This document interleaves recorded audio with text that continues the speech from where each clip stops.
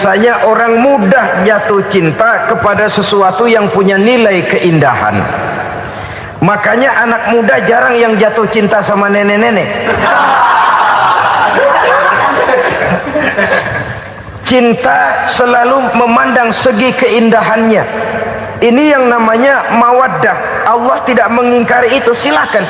Bahwa manusia secara naluri senang kepada serba keindahan, wajar-wajar saja.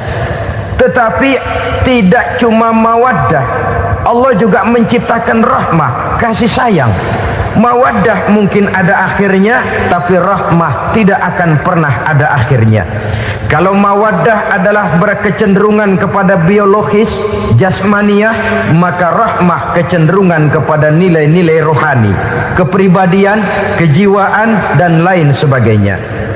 Dikala pernikahan di bawah umur 40 tahun, mungkin masih banyak mawaddahnya, rasa cintanya.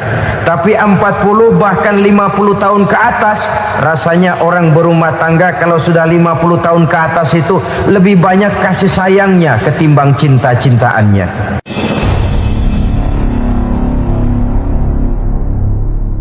Assalamualaikum warahmatullahi wabarakatuh. Waalaikumsalam warahmatullahi wabarakatuh. Alhamdulillah, wassalatu wassalamu ala sayyidina Rasulillah, sayyidina wa maulana Muhammad ibn Abdullah wa ala alihi wa sahbihi wa mawala. La hawla wa la quwwata illa billah, amma ba'du. Bapak-bapak, ibu-ibu, saudara-saudara kaum muslimin rahimakumullah. Rumah tangga bahagia menurut agama kita. Sebagaimana yang sama kita maklum bahwa manusia hidup memerlukan idola, memerlukan figur-figur yang akan dijadikan contoh di dalam kehidupannya. Sifat ini dinamakan hubbut taklid atau kecenderungan untuk meniru, dan nampak lebih menonjol pada kehidupan anak-anak remaja atau para pemuda. Siapa yang menjadi idolanya, siapa yang menjadi sentral figur dalam kehidupannya, itulah yang akan dijadikannya sebagai contoh. Kalau idolanya adalah Mick Jagger misalnya, maka tentu yang akan dicontohnya adalah Mick Jagger. Mulai gaya rambutnya, gaya pakaiannya, sampai kepada gaya jalan dan hidupnya. Soal pantas atau tidak pantas urusan nomor 16. Yang penting nyontoh dulu. Inilah kecenderungan daripada manusia. Bagi kita umat Islam, contoh ideal, figur sentral yang sepatutnya jadi idola tidak lain adalah junjungan kita Nabi besar Muhammad sallallahu alaihi wasallam. Beliau menjadi contoh dan panutan oleh karena kepribadiannya yang kompleks. Sejak dari seorang pemimpin negara yang adil sampai kepada seorang jenderal yang gagah berani di medan perang, sampai kepada seorang diplomat yang ulung, pedagang yang jujur, suami yang bertanggung jawab, ayah yang penuh kasih sayang dengan anak-anaknya, dan di dalam keseluruhannya beliau merupakan uswatun hasanah. Termasuk dalam membina rumah tangga bahagia, contoh kita tidak lain adalah rumah tangga beliau. Bagaimana sih rumah tangga Nabi kita itu? Beliau berkata dalam dua kalimat yang singkat tapi punya pengertian yang sangat luas dan dalam tentang rumah tangganya. Beliau mengatakan, baiti jannati, rumah tanggaku adalah sorga bagiku. Satu cerminan yang merupakan refleksi dari keadaan yang membawa kebahagiaan. Padahal sepanjang sejarah yang kita baca, rumah beliau kecil saja. Sarapan pagi pun cuma seteguk air zam-zam, sepotong roti, kadang-kadang sebutir kurma. Tidurnya di atas kain kasar yang separuh jadi selimut, separuh jadi alas tidur. Tetapi di tengah kondisi yang semacam itu, beliau sanggup berkata, baiti jannati, rumah tanggaku adalah surga bagiku. Kenapa kita yang hidup di zaman sekarang, di mana fasilitas sesungguhnya serba lebih menunjang untuk berkata semacam itu, malah kita berkata sebaliknya, baiti nari, rumahku adalah laksana neraka bagiku. Padahal kalau dilihat, rumahnya pun kadang-kadang bertingkat, kendaraan serba berkilat, uang banyak berlipat-lipat, istri pun tak kurang cantik memikat, kadang-kadang jumlahnya 4. Tapi tiap hari kiamat tidak ada ketenangan dan ketentraman di rumah tangga. Saudara hadirin kaum muslimin rahimakumullah, mengapa Rasul sampai mengatakan baiti jannati, rumahku adalah laksana surga bagiku? Inilah pokok pembicaraan kita pada pertemuan kali ini. Sebagaimana yang kita maklum bahwa nikah dalam pandangan Islam bukan hanya sekedar untuk memenuhi kebutuhan biologis manusiawi, tidak hanya sekedar untuk memperkembangbiakkan keturunan, dan juga tidak pula untuk memperturutkan hawa nafsu. Lebih daripada sekedar itu, nikah dalam pandangan Islam merupakan ibadah. Oleh karena ibadah, maka seluruh tujuan ibadah, apakah dia bernama solat, apakah dia bernama puasa, zakat, sodako, haji dan lain sebagainya, seluruh daripada tujuan ibadah, target utamanya adalah mardhatillah atau keridhaan daripada Allah Subhanahu wa taala. Kalau nikah itu ibadah, maka sesungguhnya tujuan utama dari pelaksanaan suatu pernikahan tidak lain hanya untuk mencari keridhaan dari Allah Subhanahu wa taala. Bukankah kalau kita tanya tiap orang yang melakukan nikah, kenapa sih kamu nikah dengan dia? Jawabannya bisa macam-macam. Yang umum, karena saya cinta dia. Ada yang berkata, karena saya ingin mendapat ketenangan hidup. Ada yang bilang, karena saya ingin hidup teratur. Ada yang mengakui, karena saya ingin dapat keturunan dan lain sebagainya. Tetapi sesungguhnya menurut ajaran agama, kalau nikah merupakan ibadah, jawaban intinya ialah saya melakukan nikah untuk mencari keridhaan dari Allah Subhanahu wa taala. Ini konsekuensinya kalau nikah merupakan bagian daripada ibadah. Rumah tangga yang didirikan atas dasar mencari keridhaan Allah, maka akan diwarnai oleh nilai-nilai luhur daripada ajaran agama. Tanpa harta orang memang sulit untuk bahagia, tapi harta bukan jaminan orang lalu akan bahagia.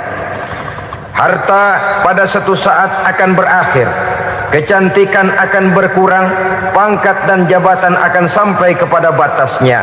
Tetapi agama, keyakinan, nilai-nilai iman, itulah pegangan kita yang kekal dan abadi. Sebab itu dalam surah Ar-Rum ayat ke-21 Allah Subhanahu wa taala menjelaskan, "Wa min ayatihi an khalaqalakum min anfusikum azwajan litaskunu ilaiha wa ja'ala bainakum mawaddatan wa rahmah." Dan di antara tanda-tanda kebesaran Allah, dijadikannya bagimu istri-istrimu dari diri kamu sendiri, litaskunu ilaiha, agar kamu bisa hidup tenang bersamanya, wa ja'ala bainakum mawaddatan wa rahmah, dan dijadikannya di antara kamu rasa cinta dan kasih sayang. Umumnya pernikahan terjadi karena mawaddatan warahmah ini, cinta dan kasih sayang. Atas dua dasar itulah rumah tangga didirikan orang. Atas dasar itulah seorang laki-laki dan seorang perempuan memadu janji untuk membagi suka dan duka dalam hidup ini secara bersama-sama. Namun kalau kita renungi ayat ini, Allah tidak hanya menjadikan cinta, tapi Allah juga menjadikan kasih sayang. Apa bedanya cinta dan kasih sayang? Apa bedanya mawaddatan warahmah ini? Saudara, mawaddah yang artinya cinta itu sasarannya biasanya adalah jasmani, kecenderungan biologis. Itu akan berakhir. Orang yang mendirikan rumah tangga cuma karena kecenderungan biologis, cuma karena rasa cinta semata-mata. Cinta biasanya terkait kepada keindahan. Betul apa benar? Biasanya orang mudah jatuh cinta kepada sesuatu yang punya nilai keindahan. Makanya anak muda jarang yang jatuh cinta sama nenek-nenek. Cinta selalu memandang segi keindahannya. Ini yang namanya mawaddah. Allah tidak mengingkari itu, silakan. Bahwa manusia secara naluri senang kepada serba keindahan, wajar-wajar saja. Tetapi tidak cuma mawaddah, Allah juga menciptakan rahmah, kasih sayang. Mawaddah mungkin ada akhirnya, tapi rahmah tidak akan pernah ada akhirnya. Kalau mawaddah adalah berkecenderungan kepada biologis, jasmaniah, maka rahmah kecenderungan kepada nilai-nilai rohani, kepribadian, kejiwaan, dan lain sebagainya. Dikala pernikahan di bawah umur 40 tahun, mungkin masih banyak mawaddahnya, rasa cintanya. Tapi 40 bahkan 50 tahun ke atas, rasanya orang berumah tangga kalau sudah 50 tahun ke atas itu lebih banyak kasih sayangnya ketimbang cinta-cintaannya. Kalau satu rumah tangga hanya didirikan atas dasar mawaddah saja, atas dasar cinta saja, padahal cinta itu terpaut kepada hal-hal keindahan, keindahan satu saat akan menurun. Ya, tentu sebagaimana yang kita maklum bersama-sama, belum punya anak memang cantik. Sudah punya anak, kecantikan mulai menurun. Punya anak 2, kulit mulai mengkerut. Punya anak 3, onderdil mulai dol. Punya anak 4, apalagi tidak pandai merawat diri, persis dompet tanggung bulan. Kalau rumah tangga didasarkan kepada rupa yang cantik saja, cinta akan bisa berpindah, paling tidak akan berkurang nilainya. Sebab itu Allah tidak hanya menyediakan mawaddah warahmah, dijadikannya di hatimu itu tidak cuma sekedar cinta, tapi juga kasih sayang. Nah, kasih sayang inilah apabila berakar dan berurat dari nilai-nilai keagamaan yang akan menopang jalinan rumah tangga bahagia, mengukuhkan usaha untuk mencapai mardhatillah atau keridhaan daripada Allah Subhanahu wa taala. Dengan demikian, berumah tangga bukan tujuan. Ini kalau kita lihat dari segi agama. Berumah tangga cuma alat untuk mencapai mardhatillah, keridhaan daripada Allah. Seorang suami yang pergi pagi pulang sore peras keringat banting tulang mencari nafkah untuk menghidupi keluarganya, kalau niatnya untuk mardhatillah, maka pergi usahanya adalah ibadah. Sementara si suami pergi berusaha, istri di rumah mendoakan suaminya, itu juga merupakan bagian daripada ibadah. Marilah kita biasakan membina satu rumah tangga untuk mencapai keridhaan daripada Allah Subhanahu wa taala. Ini motif dasarnya. Karena itu Rasul Anas bin Malik pernah bercerita, bertahun-tahun saya membantu di rumah tangga Rasul. Selama tahun-tahun yang panjang saya membantu di rumah tangga beliau itu, kata Anas bin Malik, belum pernah kok saya mendengar kata-kata kasar, keras, membentak-bentak. Belum pernah saya melihat ada piring terbang, sandal melayang, ada penggorengan nitir di atas. Belum pernah, padahal tahun-tahun yang panjang sudah saya lalui. Itu rumah tangga Rasul. Istrinya lebih dari satu, tapi tenang, ayem, adem. Walaupun gosip selalu ada. Ini loh ya, namanya hidup berumah tangga. Jangankan rumah tangga kita manusia biasa, rumah tangga Rasul pun tidak luput dari gosip yang kita kenal dengan hadisul ifki itu. Itu sampai tercatat dalam sejarah. Tetapi yang jelas dengan istri yang lebih dari satu, rumah tangganya tenang, tentram, adem. Kita di rumah tangga istri satu, seminggu 7 hari, berantemnya 6 hari.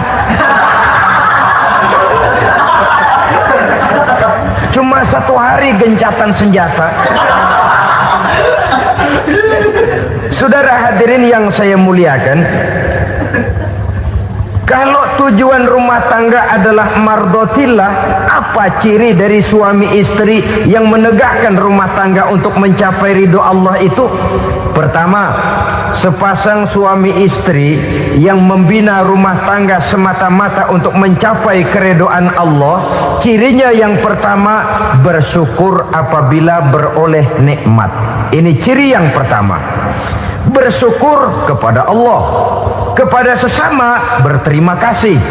Suami berterima kasih kepada istri, bertahun-tahun didampingi hidupnya, dicucinya pakaiannya, dimasaknya makanannya. Tidak istri mengeluh walau hidup lebih banyak kurangnya daripada cukupnya. Suami pandai berterima kasih kepada istrinya. Sementara istri pun bisa berterima kasih kepada suaminya.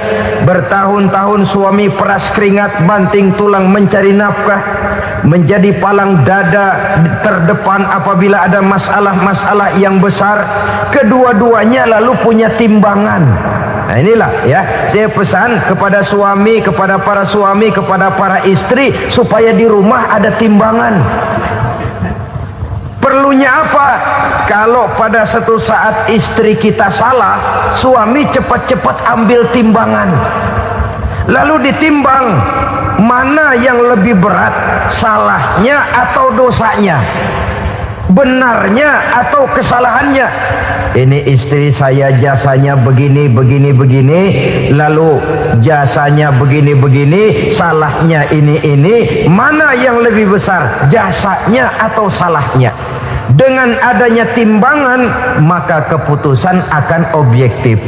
Tapi kalau timbangannya emosi, salah sedikit saja sudah main bentak, main usir, akhirnya keputusan akan mendatangkan kerugian. Sebaliknya, kalau suami yang salah, istri ambil timbangan, ditimbang mana lebih besar, jasanya atau salahnya. Jangan sampai nanti terjadi pepatah, panas setahun habis dihapus oleh hujan 1 hari. Jasa istri yang puluhan tahun hapus oleh kesalahannya yang sedikit, atau jasa suami yang bertahun-tahun hapus oleh kesalahannya yang sebenarnya tidak seberapa. Akibat apa itu terjadi? Karena tidak adanya timbangan.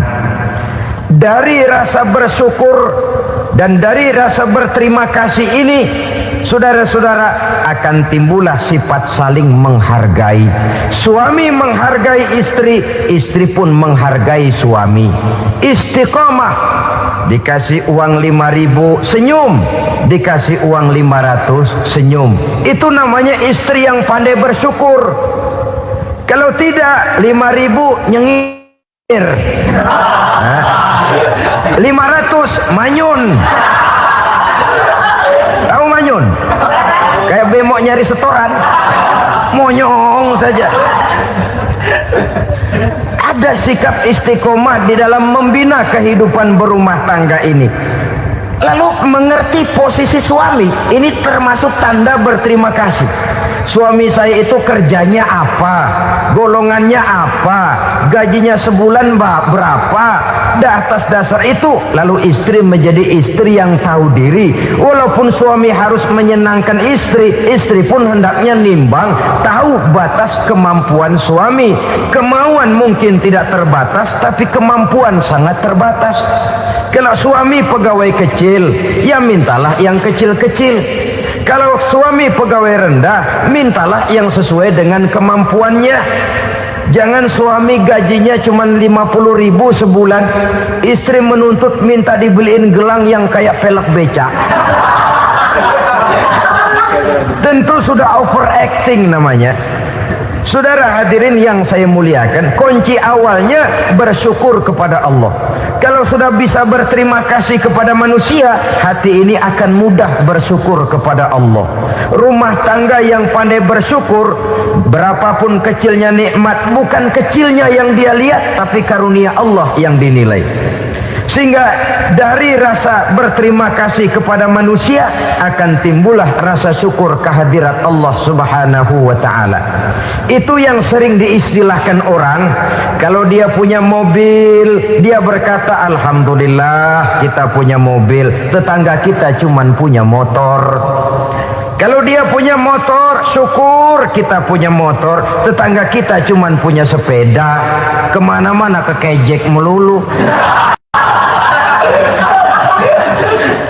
Kalau dia punya sepeda, alhamdulillah punya sepeda, tetangga kita sebelah nggak punya apa-apa, kemana jalan kaki saja.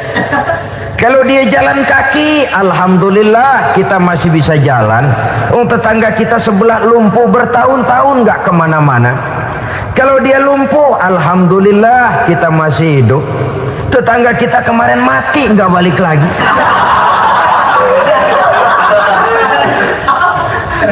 Lalu akan timbul rasa syukur. Tapi kalau sudah lumpuh ngelihat yang bisa jalan ngelihat yang naik sepeda, yang punya sepeda lihat yang punya motor lihat yang punya mobil lihat yang punya pesawat. Kapanlah kita ini pandai bersyukur? Sebab kesenangan seperti pelangi, tidak pernah di atas kepala kita, selalu kelihatannya di atas kepala orang lain. Sehingga kalau ngobrol orang sering bilang, lu sih enak lo gue lihat, gue kebelangsak amat nih ya. Setiap orang ngomong kepada kita begitu nadanya. Kita yang dilihat enak, sementara kita melihat orang lain enak. Tukang tahu melihat tukang tempe enak, tukang tempe melihat tukang tuak enak, tukang tuak bilang tukang sirsak enak. Enak itu seperti pelangi. Namun kalau kita mau merenungi, tidak pernah Allah berhenti memberikan nikmat kepada kita. Sejak kita bangun tidur sampai kita tidur kembali, bahkan tidur itu sendiri, seluruhnya tidak pernah putus dari nikmat Allah. Bahagia ada di gubuk reot, bahagia ada di rumah mewah, bahagia ada di hati kopral, bahagia ada di hati jenderal, di gunung dan di kota, di hutan belantara dan di desa, di keheningan malam atau di keramaian siang. Kalau kita mau mencari, bahagia selalu ada. Tapi hati yang tidak pandai bersyukur, bagaimanapun banyak kebahagiaan yang meliputi hidupnya, dia tidak akan pernah pandai mensyukurinya. Maka berterima kasihlah kepada istri, berterima kasihlah kepada suami, bersyukurlah kehadirat Allah Subhanahu wa ta'ala. Saya sering mengatakan, sebaliknya seorang suami bagaimanapun kondisi istrinya, kalau itu memang jodohnya, beranilah berkata, istriku adalah Romeoku, istriku adalah Julietku, atau istriku adalah Sri Kandiku. Biarin pengkor ya pengkor, gak ada urusan. Mensyukuri. Kalau tidak mensyukuri, yang timbul lalu sesalan. Kalau sudah sesalan, mudah umpat mengumpat, caci mencaci dalam rumah tangga, lalu terjadilah kegaduhan. Ketenangan sulit kalau sudah tidak ada unsur saling menghargai itu. Lebih celaka lagi kalau sudah mengarah kepada penyesalan. Kata istrinya, bang gue nyesel kawin sama lu. Suami digituin mungkin gede kepalanya. Kalau lu nyesel apalagi gua, makin nyesel. Iya, coba pikir bertahun-tahun kita berumah tangga, memangnya abang bisa beliin apa sama saya? Itu juga gerobok kalau nggak ngeredit bang. Kalau nggak ngeredit, memangnya kamu bayar kreditan pakai daun pisang? Saudara hadirin yang saya hormati, ini saya tekankan kepada ibu-ibu karena penyakit perempuan umumnya. Pernah Rasul itu pulang Isra Mi'raj cerita, saya pulang Isra Mi'raj diperlihatkan neraka. Neraka ya Rasul? Lalu bagaimana? Saya lihat kok isinya kebanyakan perempuan. Perempuan. Laki juga tidak sedikit. Cuma kebanyakan kok perempuan. Apa perempuan tidak sholat ya Rasul? Sholat. Tidak puasa? Puasa. Tidak ngaji? Rajinan dia sama suaminya. Tapi kenapa lebih banyak di sana? Rasul berkata, hunna yakfurnal asir. Penyakit umum dari perempuan tidak pandai berterima kasih kepada suaminya. Ini rupanya penyakit umum dari tahun atu. Saudara hadirin yang saya muliakan, jadi rumah tangga yang didirikan atas dasar mencapai ridho Allah, maka kelihatan dari pasangan suami istri menjadi orang yang pandai bersyukur terhadap nikmat.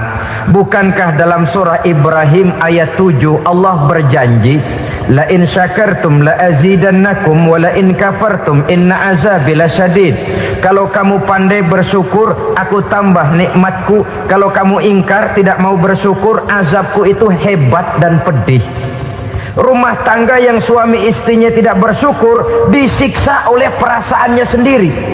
Tetangganya dapat nikmat, dia yang meriang. Tetangganya dapat kesenangan, dia yang sakit hati. Dia tidak melihat nikmat yang diberikan kepadanya. Nikmat yang orang lain punya aja yang diincar. Nikmat orang lain aja dihitung-hitung. Tangga kita, si Ano baru habis beli yang sebelah belilir habis beli kukusan. Cuma sekedar kukusan saja. Orang lain beli apa-apa jadi bahan diskusi di rumahnya. Orang lain saja yang diusut. Timbul dendam kesumatnya, timbul hasutnya. Dia tidak bersyukur dengan nikmat yang ada dalam rumah tangganya. Isi rumah tangga semacam itu disiksa oleh perasaan hasutnya sendiri. Jauh dari kebahagiaan, kering hatinya, miskin jiwanya, merana batinnya. Kalau sudah ke sana, jauhlah rumah tangga dari pantulan sinar kebahagiaan. Saudara-saudara, kita lihat rumah tangga Rasul. Dari rumah yang kecil, dari tempat tidur yang syaratnya kain kasar, separuh jadi selimut lagi, keluar ucapan baiti jannati. Kenapa? Beliau orang yang pandai bersyukur kepada Allah, bisa berterima kasih kepada istri-istrinya, dan istrinya pun pandai berterima kasih kepada Rasul dan bersyukur kehadirat Allah Subhanahu wa taala. Maka nikmat lalu bertambah. Makin kita syukuri nikmat, makin tambah itu. La azidannakum, janji Allah, pasti aku tambah nikmatku kepadamu jikalau kamu pandai mensyukurinya. Tapi kalau kamu ingkar, tidak pandai bersyukur, awas, nikmat bisa berubah menjadi azab kalau kita tidak pandai-pandai mensyukurinya. Jadi cirinya yang pertama, rumah tangga bahagia itu apabila suami istri pandai bersyukur terhadap nikmat yang diberikan oleh Allah Subhanahu wa taala. Satu. Cirinya yang kedua, rumah tangga yang berdasarkan untuk mardhatillah, mencapai keridhaan Allah, sabar apabila mendapat cobaan. Namanya orang berumah tangga itu persis berlayar di lautan. Suami istri adalah dua orang yang memegang kemudi. Kalau berlayar ombak tenang, angin bertiup sepoi-sepoi basah, lalu bila malam datang bulan bersinar, bintang gemintang gemerlapan, berlayar memang nikmat. Tapi satu saat angin puting beliung bertiup, gelombang menggunung, halilintar menyambar, kemudian petir berkilat. Kalau pada saat itu suami mau ngalor, istri mau ngidul, alamat perahu patah di tengah jalan, kandas di lautan sebelum sampai ke pantai yang akan ditujunya. Oleh karenanya perlu kekompakan. Maka sejak awal seharusnya dalam akan membina rumah tangga yang bahagia itu lebih baik bicara yang pahit-pahit saja, supaya terjadi kesamaan langkah apabila menghadapi kesulitan dan cobaan. Sabar apabila mendapat cobaan. Rumah tangga seperti kapal di lautan tadi tidak akan sunyi dari hantaman gelombang, tidak akan sepi dari tiupan angin topan, dari kilatan petir, dari sambaran halilintar. Baik suami, baik istri harus sabar menghadapi kesulitan. Kadang kesulitan dari segi ekonomi, kadang kesulitan dari segi mengarahkan dan mendidik anak-anak, kadang kesulitan karena banyak orang yang hasut dengan kita, kadang kesulitan berbagai berbagai macamlah yang menyebabkan kesulitan. Rumah tangga yang bertujuan mencapai ridho Allah sabar menghadapi segala macam kesulitan. Saudara-saudara kaum muslimin rahimakumullah, kesulitan adalah bagian daripada perjalanan hidup.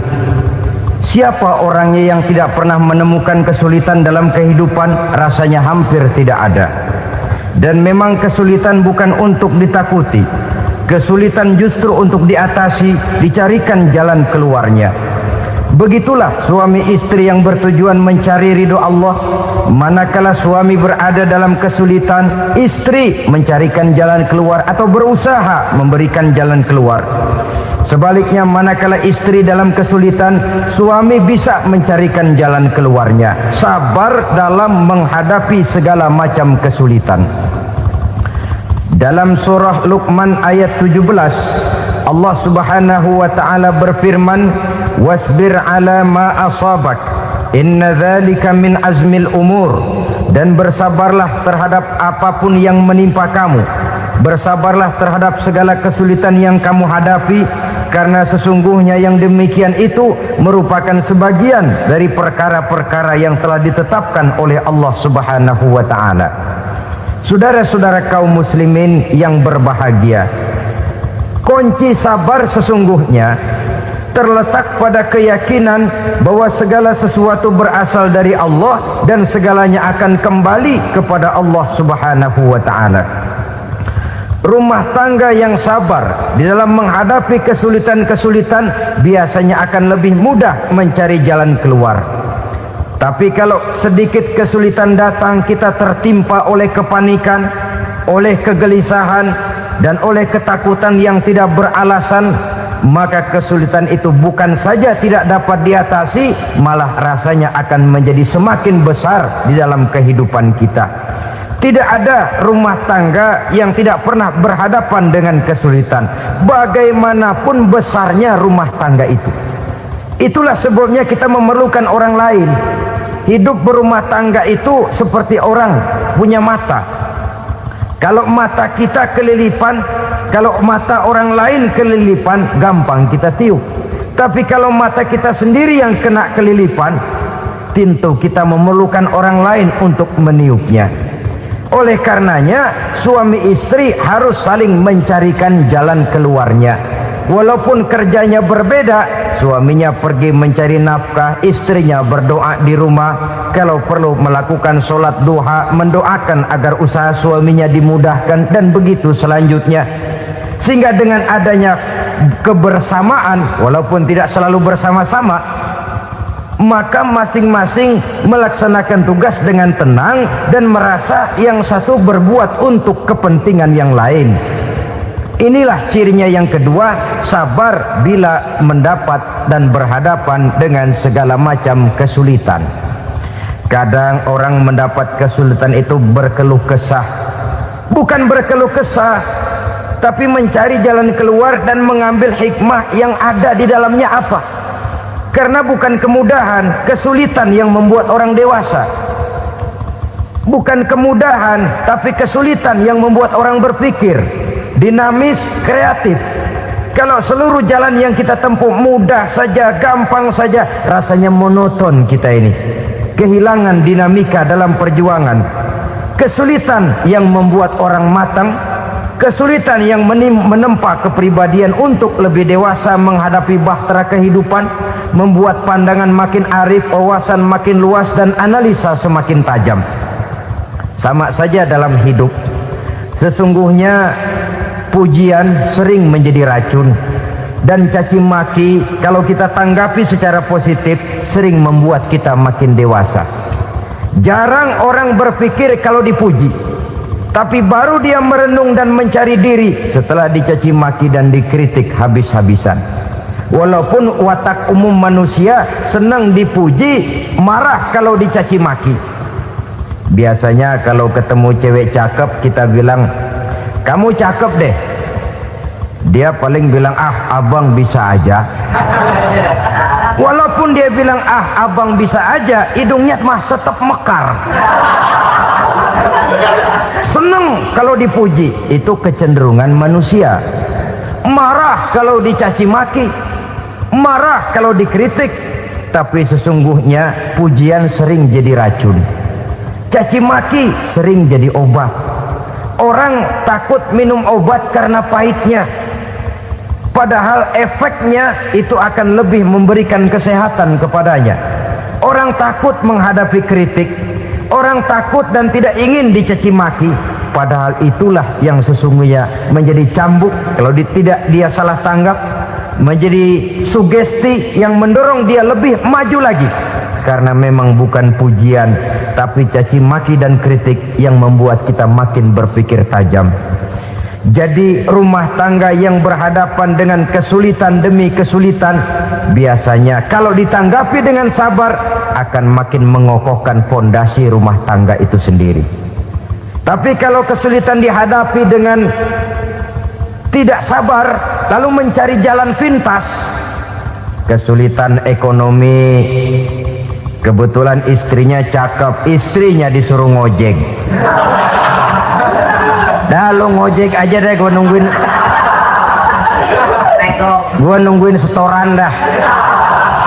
Suami tapak di rumah. Saudara hadirin yang saya muliakan, buat sepintas memang mendatangkan materi itu, mengatasi kesulitan ekonomi, tapi apakah bahagia? Walaupun rumah bisa jadi besar, perabotan bisa serba lebih lengkap dan ada, tapi apakah semuanya mendatangkan bahagia? Sementara suami kehilangan rasa cemburunya, dan dalam agama itu disebut dayus. Dayus, suami yang tidak punya rasa cemburu kepada istrinya. Dan orang dayus kayak begitu haram mendapat bau sorga. Bau sorga saja tidak dapat, apalagi masuk ke dalamnya. Ya tapi juga jangan lantas mentang-mentang harus cemburu sama istri, overacting. Suaminya nawar sayuran, lakinya pulang ngomel, lu pacaran ya sama tukang sayur. Itu juga over, saudara-saudara. Kesulitan ekonomi diatasi dengan sabar. Sabar dalam arti berusaha dengan tidak mengambil jalan pintas, berusaha tetap berada di jalan yang diridhoi oleh Allah. Ini yang jadi problema ini rumah tangga sekarang ini, kesulitan ekonomi, di mana lapangan kerja sulit, di mana persaingan hidup tajam, sedangkan kita hidup ingin seperti orang lain. Kita mudah gelap mata, mudah picik pandangan, mudah sulit pertimbangan, lalu mengambil jalan pintas. Kadang menjual akidah, menjual keimanan. Kebetulan penderingan kering, ada yang nawarin beras 3 liter sama supermie 2 bungkus. Hari Minggu diajak ke gereja mau. Itu iman kena beras 3 liter telap. Kesulitan ekonomi, saudara-saudara, sehingga Imam Ali pernah berkata, kadal fakru ayyakuna kufran. Kemiskinan memang mudah membawa orang kepada kekafiran, kepada perbuatan-perbuatan yang bisa mengundang kekafiran. Oleh karena itu dalam tamsil lain beliau berkata, kalau ada ular dan ada kemiskinan, kemiskinan yang saya getok lebih dulu, kemiskinan yang saya bunuh lebih dahulu, karena kemiskinan mudah membawa orang kepada kekufuran. Bagaimanapun sulitnya ekonomi yang dihadapi dalam rumah tangga, percayalah satu saat jalan keluarnya mesti ada, mesti ada. Jangan sampai mengambil jalan pintas yang membuat kita keluar dari jalan yang ditinjau dari segi kemasyarakatan pun mendatangkan aib, ditinjau dari kehormatan berkeluarga pun mendatangkan nista, ditinjau dari segi ekonomi pun barangkali tidak akan mendatangkan kelimpahan materi.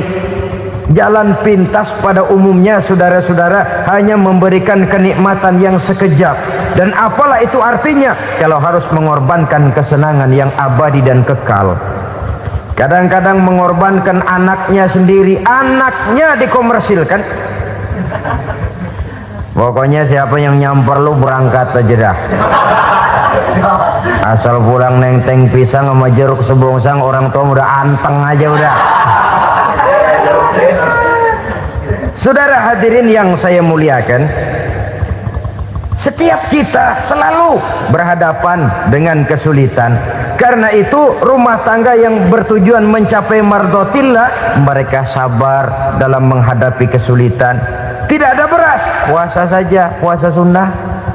Puasa sunnah, lapar tapi ada pahalanya. Daripada tidak puasa lalu ngegerundel, brengsek Tuhan. Gue sembahyang melulu, lapar juga.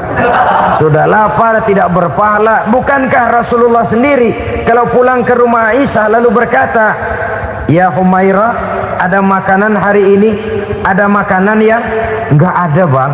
"Alhamdulillah, kalau begitu saya puasa." Pulang dari mana-mana, perut lapar, mau makan tidak ada makanan, bukan marah, bukan ngamuk, puasa. Maka boleh puasa sunnah, niatnya udah siang, jam 10, jam 11, asal dari pagi belum makan apa-apa. Niatnya jam 10, sah, dengan catatan dari pagi belum makan apa-apa. Jangan sudah sepiring setengah baru niat, itu lain. Itu ngojek namanya itu. Pengertian dalam kesulitan. Satu malam beliau pulang dari masjid agak larut. Habis ngajar banyak yang bertanya. Ketuk pintu, "Assalamualaikum, Assalamualaikum." 3 kali beliau memberi salam, tidak ada jawaban, tidak dibukakan pintu. Rupanya istri beliau lelah bekerja di waktu siang, tidurnya pules benar. Marah ke Rasul? Tidak, beliau gelar sorban, tidur di depan pintu. Asraful anbiya wal mursalin ini, Rasul termulia ini, karena menghargai istrinya, tidur di depan pintu. Sampai Aisyah bangun sepertiga malam, terkejut buka pintu, suaminya ada di depan pintu. Beliau bangunkan. Ketika dibangunkan, Rasul lebih dulu berkata, "Maaf sayang, saya pulang terlambat." Sudah nggak dibukain pintu, tidur di depan, dibangunin, beliau duluan yang minta maaf. Pengertian. Kalau emosi, memang nggak dibukain pintu, tidur di depan. Begitu dibukain, yang enak kita tunjuk jidatnya.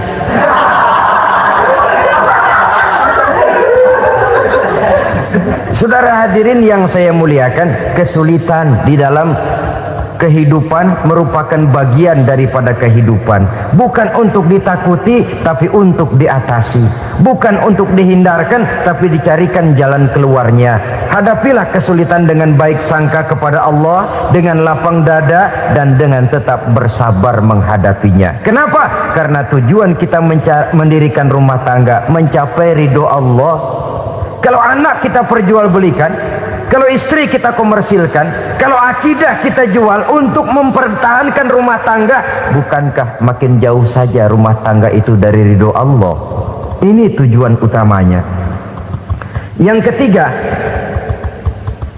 rumah tangga yang bertujuan mardotillah itu, suami istri yang merupakan fondasi di rumah tangga, suami sebagai pemimpin, istri sebagai pembina, selalu musyawarah dalam menyelesaikan persoalan. Walaupun istri ditakdirkan sebagai pemimpin dan suami sebagai pemimpin dan istri yang dipimpin, tapi agama menganjurkan musyawarah. Jangan mentang-mentang istri nyari duit, suami nyari duit, lalu menteleng. Segalanya mau diktator, segalanya mau sendiri. Rumah tangga yang bertujuan mencapai ridho Allah selalu didirikan atas dasar musyawarah. Sehingga apabila sesuatu itu dihasilkan dari suasana musyawarah, tidak akan melahirkan penyesalan di belakang hari. Kalau tidak, berjalan menurut seleranya masing-masing, belakangan timbul penyesalan, akhirnya main salah menyalahkan. Kalau sudah saling salah menyalahkan, itu artinya sudah saling mengungkit kekurangan masing-masing. Akibatnya tidak ada lagi saling menghargai. Jadi dengan demikian musyawarah di dalam menyelesaikan persoalan, menghadapi kesulitan ekonomi, musyawarah, menghadapi kenakalan anak, musyawarah, akan membeli ini dan itu sebaiknya juga musyawarah. Kalau merupakan hasil musyawarah, maka saudara-saudara hasilnya pun akan dihadapi oleh bersama. Enak rasakan bersama, tidak enak rasakan bersama. Kenapa? Tadinya musyawarahnya bersama-sama juga. Lah kalau hasil sendirian, giliran enak mungkin yang satu mau ikut, giliran tidak enak yang satu nuding. Gua kata juga apa? Kan begitu akibatnya kalau tidak berdasarkan musyawarah lebih dahulu. Maka insya Allah hasil musyawarah ini setidaknya tidak akan mendatangkan sesalan di belakang hari nantinya. Saudara-saudara kaum muslimin rahimakumullah. Ciri yang keempat, sepasang suami istri yang bertujuan mencapai ridho Allah dalam upaya mencapai rumah tangga bahagia itu tawakal apabila mempunyai rencana. Tawakal berserah diri kepada Allah, bukan berserah diri dalam artian mutlak yang mengarah kepada fatalism atau predestination. Kita sering mengartikan tawakal secara salah. Belum apa-apa sudah menyerahkan diri kepada Allah. Emang semuanya terjadi menurut maunya Allah dah, nggak usah ngapa-ngapain, bagaimana Tuhan aja dah. Lapar juga nggak usah makan, kalau takdirnya kenyang pan kenyang. Ya udah lapar terus kita. Makan dulu perkara nanti kenyang apa tidak, itu baru tawakal. Kalau sakit ke dokter soal sembuh atau tidak, baru tawakal. Artinya usaha itu ada. Setelah suami berusaha, istri berusaha, selebihnya tawakal. Apa perlunya tawakal? Apabila berhasil tidak lupa daratan, apabila berhasil tidak lupa diri, apabila gagal tidak putus asa. Sehingga dengan demikian dari tawakal ini lahirlah pondasi yang kokoh membina rumah tangga yang bahagia dalam upaya mencapai keridhaan daripada Allah Subhanahu wa taala. Apapun yang kita laksanakan di rumah tangga, tujuan intinya tetap untuk mencapai keridhaan Allah. Beli kendaraan untuk mencapai ridho Allah, lalu dipakai ngaji, dipakai ke masjid dan sebagainya. Beli peralatan rumah tangga untuk mencapai ridho Allah. Mendidik anak untuk mencapai ridho Allah. Membantu keluarga untuk mencapai ridho Allah. Dan begitu selanjutnya. Tawakal apabila mempunyai rencana. Kemudian cirinya yang kelima, suami istri yang bertujuan mencapai ridho Allah selalu mempererat silaturahmi. Sebab seperti sudah saya sampaikan pada pertemuan terdahulu, dalam berumah tangga itu ada orang tua, ada mertua. Itu cuma perbedaan istilah, tapi hakikatnya adalah sama. Jangan karena perbedaan istilah lalu menyebabkan kita berbeda sikap. Kalau sudah berbeda sikap, tentu akan melahirkan perasaan yang tidak simpatik. Sebaiknya suami istri kalau sudah berumah tangga, jadikanlah orang tua tempat cerita yang enak saja. Yang tidak enak telan berdua, yang pahit rasakan berdua, kesusahan dan kesulitan atasi berdua. Giliran enak ngomong sama orang tua, giliran senang cerita sama mertua. Sekarang kan kita balik, kalau lagi senang duitnya banyak, anteng di rumah, kalem aja.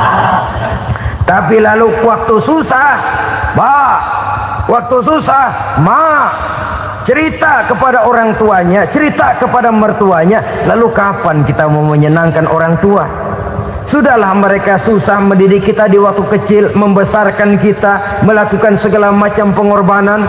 Demi setelah kita berumah tangga, kesulitan rumah tangga kita tumpahkan juga kepada mereka.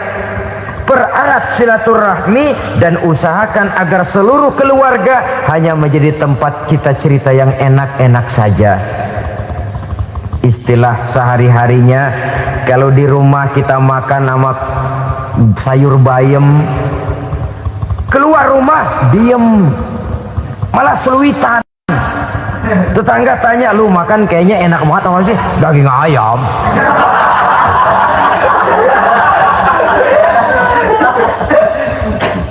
Lalu tetangga kan akan berbisik, ya makannya tuh orang enak bener ya, rumah tangganya tiap hari makan sama daging ayam.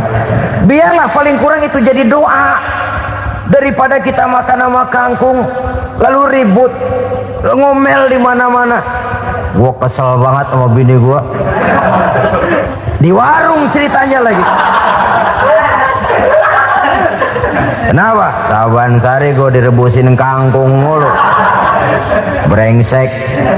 Di warung cerita ada RT, ada RW. Gara-gara makan sama kangkung se RT tahu. Akhirnya mungkin kalau kita berangkat orang hitung dari jauhan, lihat kangkung liwat gitu.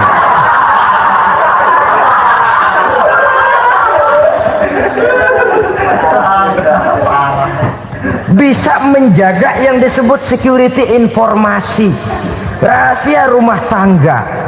Bahkan pernah saya berikan contoh karena ingin menghargai. Suami beliin kain batik buat istrinya. Istri tahu begitu sepintas, nih kain jelek nih. Tapi karena mau menyenangkan suaminya, dia bohong. Bagaimana bu, kain yang bapak beliin? Aduh bagus bener pak, bagus sekali itu kain. Warnanya pak, emang yang model begitu tuh. Tetangga kita mana ada yang pakai kain begitu pak? Ya emang nggak ada, jelek.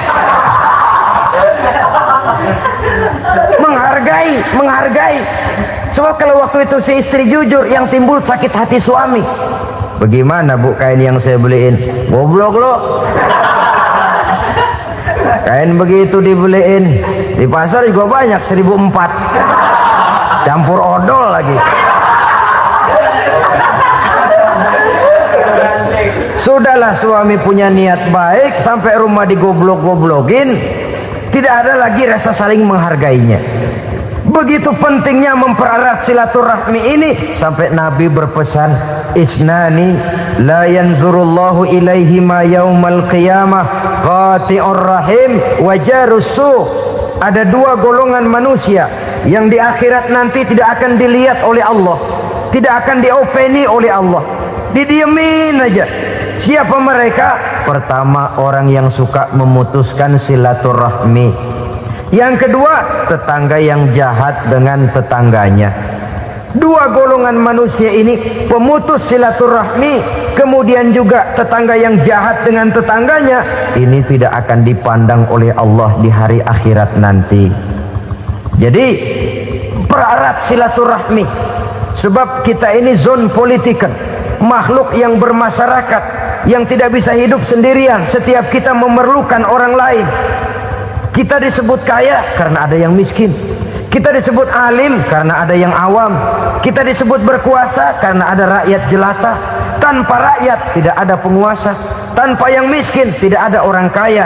Kalau tidak ada yang jelek, siapa yang bilang cakep? Karena ngimbangi. Saudara hadirin, atas dasar ini mestinya kita selalu bersyukur dalam segala posisi. Tidak lalu salah terima kepada karunia yang diberikan Allah kepada kita. Saudara hadirin yang saya hormati, pererat silaturahmi, jadikan orang-orang tua kita tempat kita cerita yang enak-enak saja. Yang tidak enak, telan sendiri, usahakan sendiri, carikan jalan keluarnya sendiri. Setidaknya ya diam sajalah. Kalau belum bisa membalas budi baik orang tua, setidaknya jangan menyakiti hati orang tua kita. Sudah lelah dan payah dia mengasuh kita, membesarkan kita, merawat kita. Demi setelah kita berumah tangga, seluruh kesulitan kita bawa lagi kepadanya. Karena itu buat para istri juga ini perhatian. Kalau dimarahi suami, jangan cepat-cepat pulang ke rumah orang tuanya. Nggak boleh diomelin dikit, main buntal aja. Gua pulang dah. Pulang. Sampai sana cerita habis-habisan, dikucek kejelekan suaminya. Nanti 2-3 hari balik aja lagi. Kan nggak lucu jadinya. Saudara hadirin, begitu juga suami. Mencaci maki habis istrinya, 2-3 hari bayar aja lagi. Konyol, istrinya sudah dicaci maki habis-habisan, dijeleki leluhur-leluhurnya, 2-3 hari baik lagi, mesraan lagi. Kata bininya dalam hati, gua lu jelekin juga, lu pakai juga, payah.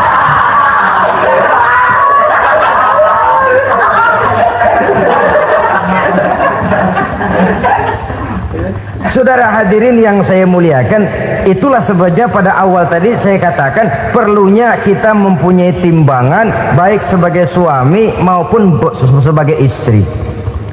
Nah, dari mempererat silaturahmi ini akan terjalin rasa kekeluargaan. Maka tradisi arisan keluarga itu bagus sesungguhnya untuk mempererat silaturahmi. Cuma celakanya bukan silaturahmi yang jadi tujuan, arisannya itu yang jadi tujuan. Akibatnya apa? Kalau belum narik mah semangat banget datang dah. Begitu udah narik aja udahan. Itu celakanya. Akhirnya silaturahmi jadi nomor 2, arisan semata-mata yang menjadi tujuan. Sesungguhnya itu bagus untuk mempererat silaturahmi. Karena kalau kita dengan kita sesama saudara sudah tidak saling mau mengenal, bagaimana dengan anak-anak kita? Bagaimana dengan cucu-cucu kita? 2-3 generasi yang akan datang tentu akan lebih saling tidak mengenal lagi. Baiklah ya, yang keenam, suami istri yang bertujuan untuk mencapai keridhaan Allah itu selalu berusaha tolong menolong di dalam kebajikan. Sebab Allah pesankan itu di dalam Al-Maidah ayat 6, wa ta'awanu 'alal birri wat taqwa wa la ta'awanu 'alal itsmi wal 'udwan. Bertolong-tolonganlah kamu di dalam kebaikan, di dalam bertakwa kepada Allah. Jangan bertolong-tolongan di dalam maksiat, di dalam dosa, dan di dalam usaha yang menimbulkan permusuhan. Kalau suami marah kepada seseorang, istri jangan ngipasin. Oh bang, yang begitu mah dibayain tuman. Udah habisin aja dah. Anak-anaknya marahin sekalian. Ngipasin. Istri kesel sama tetangganya, suami ngipasin. Emang tuh tetangga kita, hahu. Habis orang dikipasin. Ta'awanu 'alal birri wat taqwa, bertolong-tolonganlah di dalam kebaikan. Istri malas ngaji, suami mendorong, memberikan sugesti. Suami malas berusaha, istri memberikan sugesti. Saling tolong menolong di dalam kebaikan dan takwa, dan jangan tolong menolong dalam dosa dan permusuhan. Kata suami, Bu, daripada kita melarat terus hidup, kita piara tuyul yuk. Kata istrinya, nah ini sudah menyimpang bang. Bersabarlah, bagaimanapun insya Allah kita tidak akan mati kelaparan. Piara tuyul itu nanti jadi pindah akidah, merusak iman, berteman dengan setan. Apalah artinya kekayaan dan kesenangan sebentar kalau harus mengorbankan kekayaan dan kesenangan yang abadi. Ini sudah alal ismi wal udwan, sesuatu yang mengandung dosa. Saudara hadirin yang saya hormati, kemudian yang keenam, berbaik sangka. Baik suami maupun istri sama-sama saling berbaik sangka.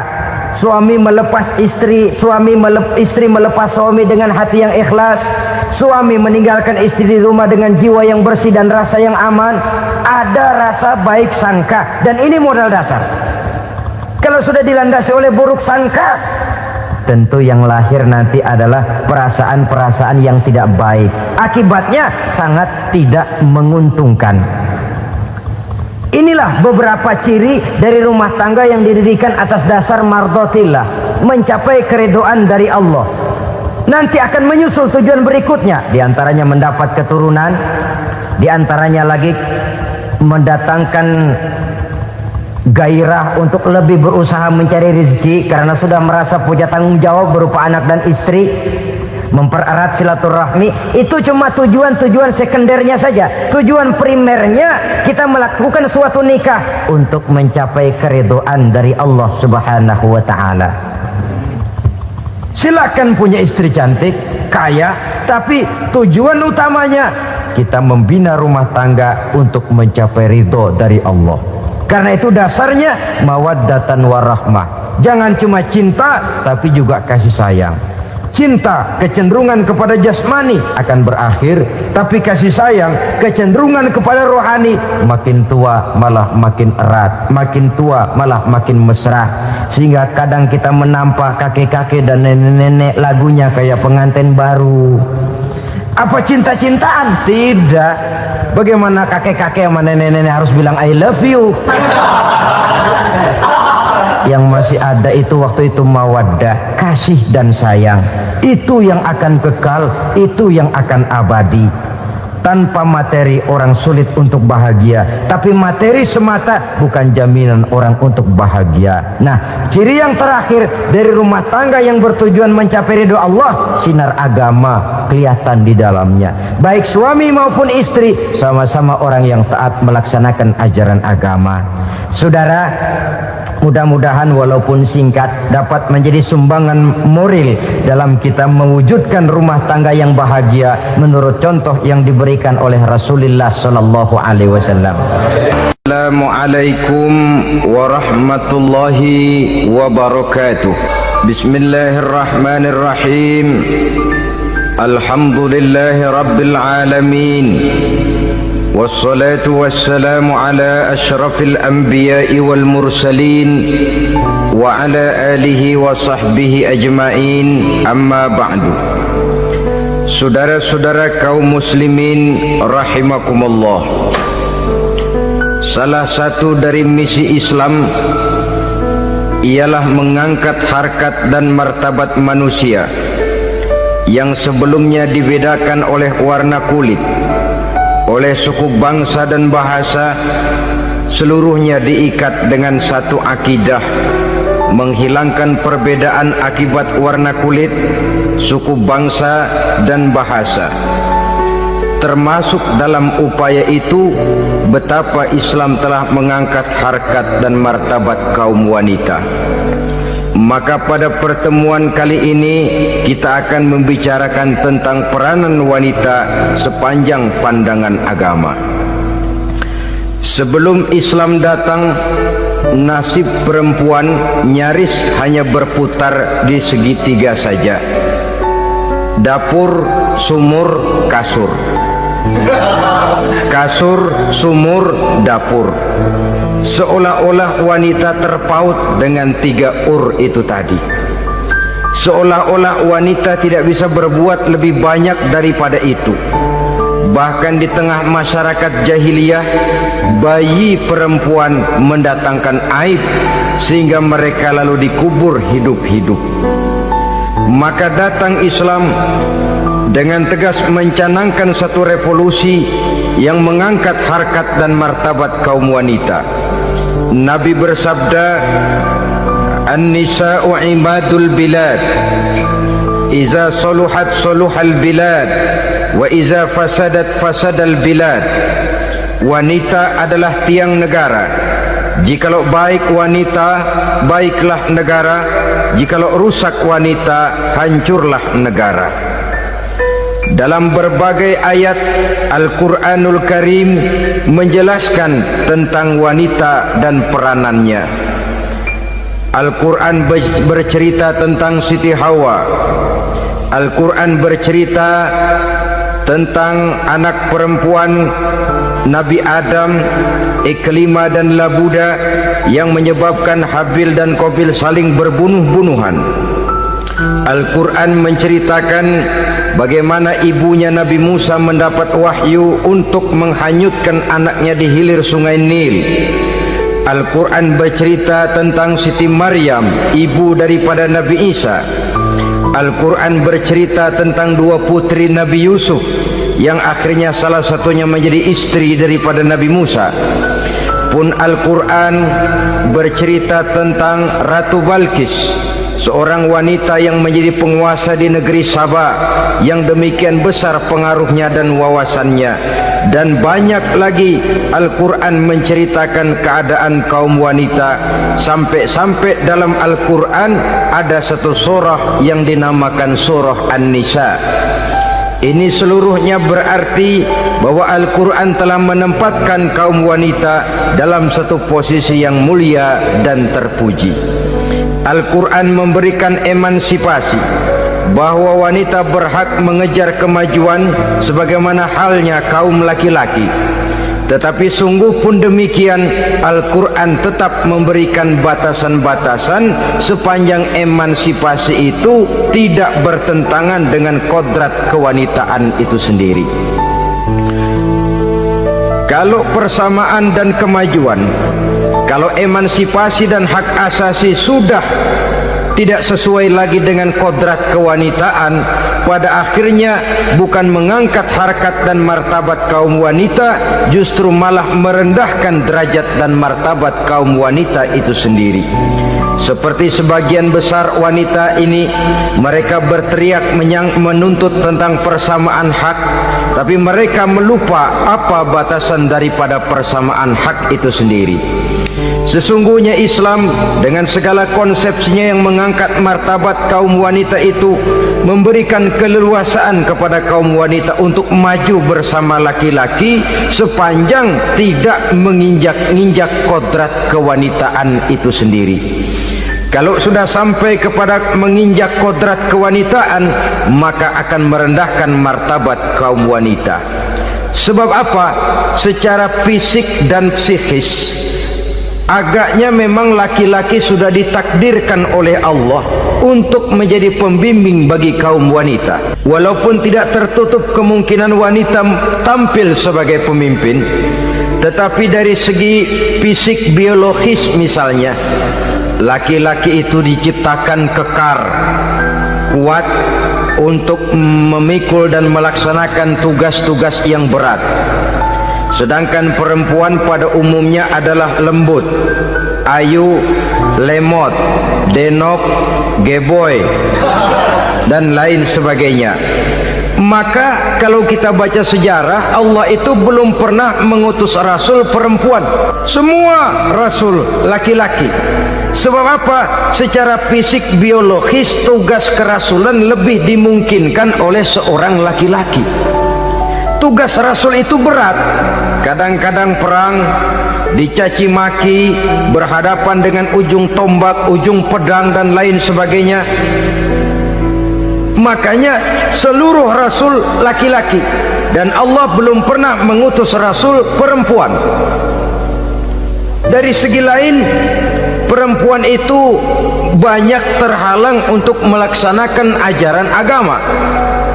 Misalnya 1 minggu dalam sebulan perempuan itu terkena cuti khusus, mengalami masa menstruasi, tidak sholat, tidak puasa, tidak melaksanakan ajaran agama yang tidak dibolehkan pada saat menstruasi itu.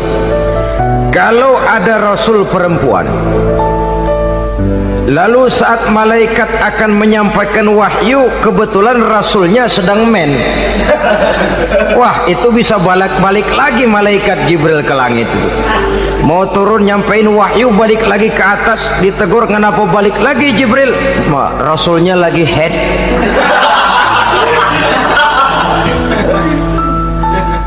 Atau pada saat agama dalam bahaya, agama dalam hinaan, agama dalam ancaman, rasulnya perempuan kebetulan sedang hamil besar. Apa lalu perang ditunda? Pengumuman perang ditunda saja sampai rasul melahirkan. Tentu lebih tidak mungkin lagi. Secara fisik biologis, laki-laki lebih memungkinkan untuk melaksanakan tugas kerasulan ini. Maka seluruh rasul yang diutus Allah adalah laki-laki. Saudara hadirin yang saya muliakan, sungguh pun demikian, Islam itu mengangkat martabat wanita sedemikian tinggi sebagai tiang negara yang menentukan jatuh dan bangunnya negara, yang ikut mewarnai bahkan menjadi warnanya suatu negara. Walaupun peranannya memang tidak begitu kelihatan, tapi sesungguhnya amat sangat menentukan. Oleh karenanya, secara umum, emansipasi yang digariskan oleh Islam, emansipasi yang tidak bertentangan dengan kodrat kewanitaan di berbagai aspek kehidupan. Kalau sekarang emansipasi ini kelihatannya sudah salah pasang, salah kaprah. Bahkan belum lama kita menyaksikan bagaimana ada binaragawati. Di zaman sekarang perempuan sudah mulai angkat besi. Saya mulai mikir, kalau perempuan sudah pada angkat besi, ini sudah tanda suaminya udah dekat dibanting-bantingin ini. Tahun-tahun mendatang mungkin akan menyusul perempuan mulai narik becak.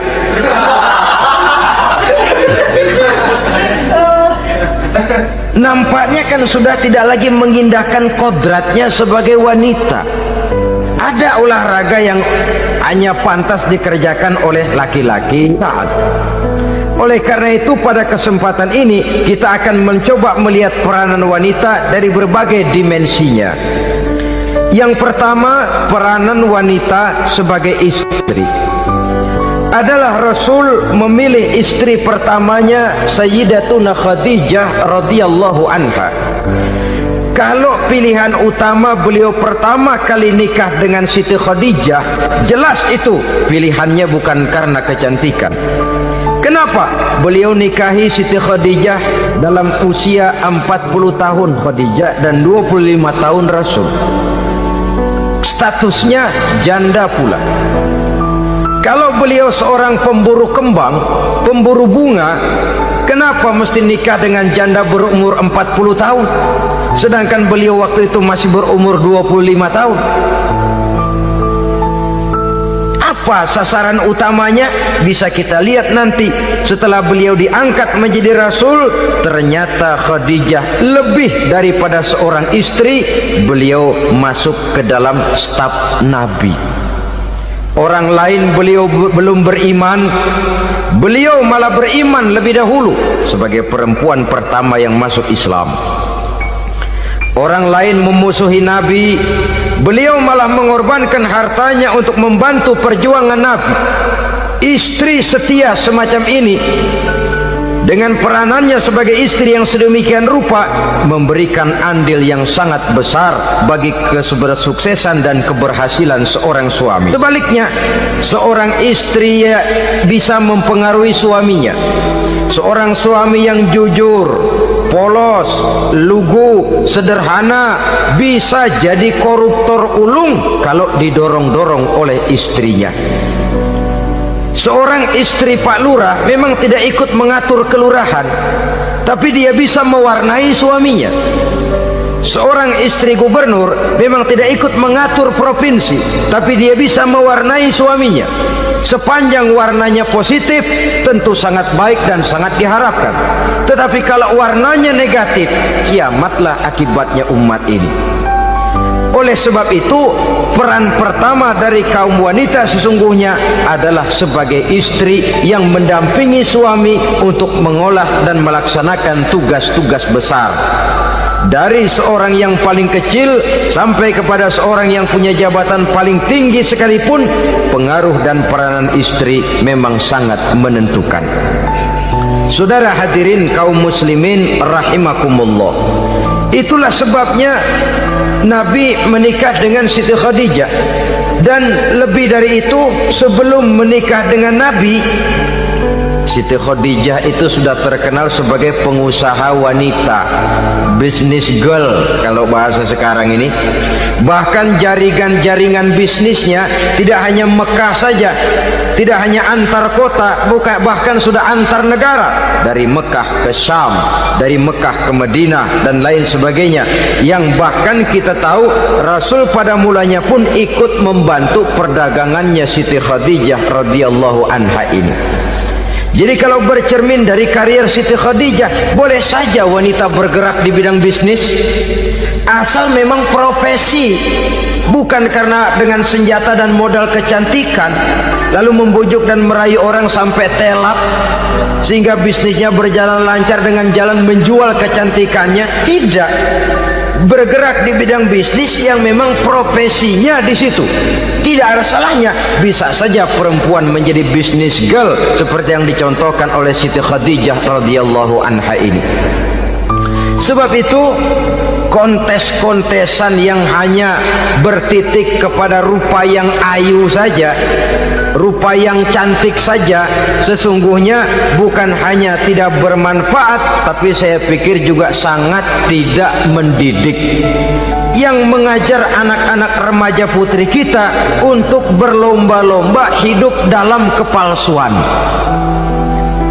Alis mata palsu, hidung pesek dimancungin, palsu, operasi plastik.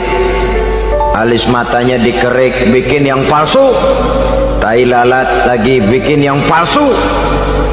Gincu bibir dimerahin, palsu. Seluruhnya hidup dalam kepalsuan.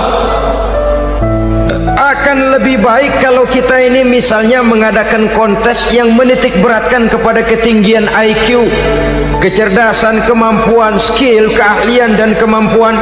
Tidak hanya dititik beratkan kepada rupa yang ayu dan cantik semata-mata. Sebab di samping manfaatnya diragukan, juga sangat tidak mendidik buat generasi yang akan datang. terutama ibu-ibu, peran utama wanita sesungguhnya adalah sebagai istri mendampingi suami dalam melaksanakan tugas-tugas besar. Satu hari serombongan ibu-ibu pernah datang menghadap Rasul mengajukan satu resolusi, protes kalau bahasa kita sekarang. Ya Rasul, ada apa bu? Kalau laki-laki sih enak. Enak bagaimana? Iya, kalau orang laki-laki sholat, perempuan sholat.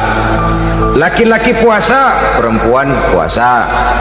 Laki-laki pergi haji, perempuan pergi haji. Laki-laki menuntut ilmu, perempuan bisa menuntut ilmu. Tapi kalau laki-laki pergi jihad, perang membela agama, kami perempuan tidak bisa ikut jihad perang di medan pertempuran. Padahal pahala jihad sangat besar dan kami ingin mendapat pahala jihad. Tidak adil kalau begini ya Rasul, izinkan kami pergi jihad. Ini perempuan di zaman Rasul, kalau ada kebaikan tidak bisa ikut, rasanya rugi bukan main, lalu protes. Apa jawab Rasul? Beliau senyum. Ibu-ibu jangan khawatir. Walaupun ibu-ibu tidak maju ke medan perang, ada ibadah yang pahalanya sama dengan pahala jihad itu. Apa ya Rasul? Beliau menjawab, jihadukunna fi baitikunna. Jihadnya ibu-ibu, jihadnya kaum wanita adalah di rumah tangganya sebagai istri. Memasak makanan suaminya, mencuci pakaian istrinya, mengasuh, merawat dan membesarkan anak-anaknya, itu seluruhnya bagian daripada ibadah yang pahalanya tidak kurang dengan pahala jihad. Kenapa? Al-Quran itu memberikan sesuatu sesuai dengan kedudukannya. Kalau perempuan pergi perang jihad membela agama, musuhnya laki semua, kayak apa perangnya? Itu musuhnya bisa nggak mau pakai pedang, perangnya udah gulat aja udah. Sehingga Rasul lalu memberikan satu jalan keluar yang membuat wanita-wanita itu lega. Jihadukunna fi baitikunna. Ibu-ibu sih tidak usah khawatir, jihad ibu adalah di rumah tangga ibu-ibu semua. Sejak bangun tidur sampai tidur kembali, nyaris kaum ibu itu 24 jam pekerjaannya. Sebagai istri, dia melaksanakan jihad di rumah tangganya. Peranan wanita yang pertama adalah sebagai istri yang walaupun tidak kelihatan dan menonjol seperti halnya laki-laki, tapi sangat mewarnai, bahkan menjadi warna dari tugas apapun yang dihadapi oleh suaminya. Dulu ada seorang orator, kalau pidato hebat bukan main. Kalau dia bernada gembira, semua orang senyum. Kalau dia bercerita tentang sesuatu yang sedih, satu masjid orang nangis. Orang tanya kepadanya, Pak, bisa pidato begitu hebat, siapa yang bikin? Ya saya sendiri. Istrinya dari belakang bilang, tidak, yang bikin pidatonya hebat saya. Kata suaminya, mana bisa, saya, kata istrinya. Kalau saudara tidak percaya, tunggu Jumat depan, dia khutbah Jumat, saya akan bikin khutbahnya tidak hebat, kata istrinya. Sudah hari Rebo, siap-siap mau bikin konsep khutbah, baru mau nulis, datang istrinya, Bang, tolong pegangin anak, saya mau ke warung. Mau bikin konsep lagi, kata istrinya, Bang, tolong ini, tolong itu, tolong ini. Sampai mau berangkat khutbah Jumat, khutbah belum selesai dibikin. Begitu naik mimbar, kehabisan bahan. Sudah 10 menit masih ama ba'du. Ini yang dengar heran, ini orang kok bicaranya bisa cuma amat sama badu saja. Di situ kelihatan saudara-saudara betapa peran serta istri yang walaupun tidak kelihatan oleh pandangan mata yang zahir, tapi teramat sangat menentukan. Sekali lagi, tidak ada seorang suami bisa sukses jadi apapun dia tanpa peran serta istrinya di rumah. Tidak ada kemajuan yang bisa diperoleh kalau tidak karena peran serta istrinya di rumah. Tidak ada kesuksesan yang bisa diraih tanpa keikutsertaan daripada istrinya di rumah. Walaupun suaminya yang dikenal orang, suaminya yang dipuji orang, suaminya yang disanjung orang, bagian besar tetaplah saham dan andil daripada istrinya yang di rumah itu. Ini makna an-nisa imadul bilad. Wanita adalah tiang negara. Jikalau baik wanita, baik negara. Jikalau rusak wanita, hancur negara. Karena wanita, negeri Sabah menjadi terkenal tentram, aman, wawasan politiknya luas. Seorang semacam Cleopatra bisa menaklukkan Julius Caesar. Dan begitu selanjutnya. Banyak cerita-cerita betapa wanita yang berperan di belakang layar ini bahkan bisa menggoyangkan negara. Bahkan yang paling dekat saja contoh dengan kita, Senator Gary Hart. Saudara masih dengar tentu itu. Betapa harus terpaksa mengundurkan diri dari pencalonan presiden Amerika karena kasusnya dengan Donna Rice itu, dengan hostess itu. Betapa di sini seorang perempuan atau seorang wanita sanggup membongkar seseorang yang punya masa depan ceria untuk menuju kursi kepresidenan dari suatu negara adidaya seperti Amerika, bisa gagal berantakan karena skandalnya itu. Apa penyebabnya? Wanita. Tapi wanita juga bisa menyebabkan menjadi cambuk majunya laki-laki. Wanita juga bisa menghancurkan dan mengubur laki-laki. Saudara hadirin yang saya muliakan, ia memang kelihatannya makhluk yang lemah, tapi di balik kelemahannya itu sesungguhnya dia bisa menelan laki-laki yang bagaimanapun besarnya. Saudara-saudara kaum muslimin rahimakumullah, terutama ibu-ibu yang saya hormati, jadi peranan yang pertama wanita sebagai seorang istri. Yang kedua, wanita sebagai ibu. Ini juga sangat besar pengaruhnya dalam membentuk generasi masa yang akan datang. Bapak, oleh karena kesibukan tugasnya, tentu lebih banyak di luar rumah. Yang nyaris 24 jam di rumah itu ibu.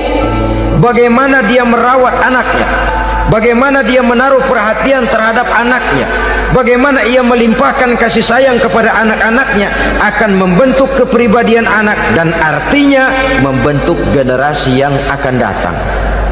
Kalau seorang ibu sudah cuek-cuek saja kepada anaknya, padahal Quran mengatakan al-jannatu tahta aqdamil ummahat, surga di bawah telapak kaki ibu. Hadis ini bisa kita artikan macam-macam. Pertama, anak tidak akan mendapat kebahagiaan tanpa ridho daripada ibunya. Kedua, ibu adalah wanita agung yang harus ditaati. Ketiga, neraka atau surga anak bergantung kepada ibu, bagaimana dia mewarnai anak. Kalau ibunya cuek-cuek saja sama anaknya, dan sering jadi contoh klasik, kalau anak ayamnya beduk maghrib belum pulang, satu RT dicariin, hansip diundang, kalau perlu dan ramil dilaporin. Tapi kalau anak gadisnya jam 12 tengah malam belum pulang, ibu tenang-tenang saja Pak, tidak tergerak dan tidak tertarik hatinya. Ya tentu tidak semua. Kalau sudah begitu, bukankah hakikatnya ibu sudah menciptakan neraka buat anaknya sendiri? Khalil Gibran dalam satu tamsil yang indah pernah mengatakan, kalau kita diberikan sebutir mutiara, sebutir intan, dan intan itu sebutirnya sebesar telur ayam, benda yang sangat langka dan berharga, tentu kita sayang intan atau mutiara itu. Kita jaga baik-baik, kita simpan dalam kotak, kotaknya kita kunci, kotak itu kita simpan di dalam lemari, lemarinya kita kunci lagi, lemarinya ada di dalam kamar, kamarnya pakai pintu, pintunya kita kunci lagi, kamar itu ada dalam rumah, rumahnya pakai pintu dikunci lagi, kemudian rumahnya pakai pintu gerbang besar, gerbangnya juga digembok lagi. Untuk menjaga intan itu jangan sampai hilang, begitu usaha kita berlapis-lapis. dan intan itu sudah diberikan kepada kita, kata Khalil Gibran. Apa dia? Anak-anak yang diamanahkan Allah kepada kita. Itu intan-intan mahal, itu mutiara-mutiara pilihan yang dititipkan dan diamanahkan untuk kita jaga sebaik-baiknya. Haruskah dia sia-sia di tangan kita? Haruskah dia merana jatuh di tangan ibu yang tidak punya tanggung jawab? Saudara hadirin yang saya muliakan, oleh karenanya peranan sebagai ibu ini sangat menentukan bagi pembentukan generasi yang akan datang. Salah ibu mengarahkan anak, akan lahir generasi mendatang yang tidak kita harapkan. Sehingga Nabi bersabda, kullu mauludin yuladu 'alal fitrah fa abawaihi yuhawwidanihi aw yunassiranihi aw yumajjisanihi. Setiap bayi dilahirkan dalam keadaan suci, setiap bayi dilahirkan dalam keadaan bersih, tidak punya dosa. Islam tidak mengenal dosa warisan. Semua saja bayi lahir dalam keadaan suci dan bersih. Kalau demikian lalu bagaimana? Kata Nabi, ibu bapaknya lah yang kelak akan menjadikan anak itu sebagai Yahudi, yang kelak menjadikan itu anak itu sebagai Nasrani, atau menjadikan anak itu sebagai Majusi. Ibu bapaknya yang mewarnai anak. Ibaratnya anak itu kertas putih, mau ditulis tinta hijau warnanya hijau, mau ditulis tinta merah warnanya merah, mau ditulis tinta hitam pun warnanya hitam. Oleh karena itu pembentukan anak yang soleh secara mental sesungguhnya sudah diwarnai oleh kebiasaan ibu bapak dalam pergaulan di rumah tangganya secara mental. Sehingga dengan demikian saudara-saudara, salah kaprah ibu dalam mengarahkan anak-anaknya akan melahirkan generasi penerus yang sungguh-sungguh tidak kita harapkan, dan pada gilirannya akan membahayakan perkembangan bangsa dan negara, membahayakan kita sebagai suatu umat. Apalagi sekarang ini masih banyak orang-orang muslim, orang-orang tua muslim yang kadang-kadang menyekolahkan anaknya di sekolah yang membahayakan akidahnya, mematikan imannya, menghancurkan tauhidnya. Pokoknya asal bonafid keluar sekolah ada jaminan lapangan kerja. Perkara anak mau kafir mau murtad bukan urusan. Alangkah ironi dan sangat menyedihkan. Saudara-saudara yang saya hormati, jadi dari segi kaum wanita peranan ibu sangat besar. Dari segi anak, ketaatan kepada ibu, doa restu ibu akan membawa kepada kebahagiaan hidup. Doa ibu mustajabah, kutukan ibu manjur.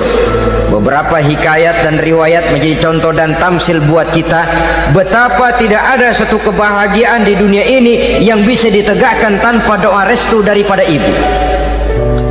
Pantas kalau dalam Al-Quran ada ummul kitab, ibunya atau induknya kitab. Tiap negara punya ibu kota, bapak kota tidak ada. Lalu lagi wawasan Nusantara disebut Ibu Pertiwi, Bapak Pertiwi kemana tahu. Saudara hadirin yang saya muliakan, lalu dalam peringatan hari-hari besar nasional ada yang namanya Hari Ibu. Hari Bapak nggak pernah diperingati. Ada Hari Ibu, dan ibu itu pun ada Ibu Kartini, ada Ibu Dewi Sartika, dan macam-macam lagi yang seluruhnya merupakan refleksi dan gambaran betapa peranan kaum wanita di dalam kehidupan ini yang memang banyak mewarnai dan menjadi warna dari suatu kegiatan. Saudara-saudara kaum muslimin rahimakumullah, apabila yang pertama tadi kita melihat peranan kaum wanita sebagai istri, betapa ia berpengaruh besar dalam ikut menunjang keberhasilan dan kesuksesan suaminya. Kemudian pada peranannya yang kedua, wanita sebagai ibu di rumah tangga, betapa ia ikut membentuk, mempengaruhi, mewarnai dan membimbing kepribadian anak sebagai generasi penerus. Maka pada peranan yang ketiga ini kita akan melihat wanita sebagai social agent, sebagai penggerak kegiatan sosial di berbagai bidang kehidupan. Apakah itu bernama majelis taklim, apakah itu bernama perkumpulan dan yayasan-yayasan kemanusiaan, organisasi-organisasi yang bergerak di bidang pendidikan, bahkan di zaman sekarang bukan hanya menjadi penggerak sosial, bahkan sudah banyak kaum wanita yang menggerakkan satu bangsa.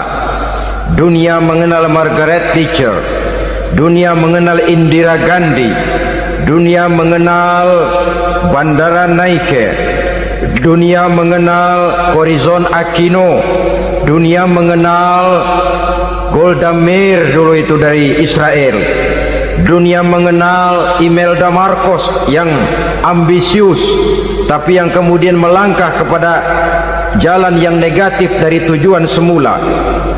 Ini bukan hanya sekedar social agent, tapi bahkan sudah mengarah kepada menggerakkan dan mewarnai suatu bangsa. Islam membuka pintu ke arah itu. Wanita duduk dan berfungsi sebagai social agent, mengurus berbagai macam perkumpulan-perkumpulan yang bertujuan kepada kebajikan, menyantuni yatim piatu, memelihara kesehatan, menyayangi binatang, memelihara kelestarian lingkungan dan lain sebagainya.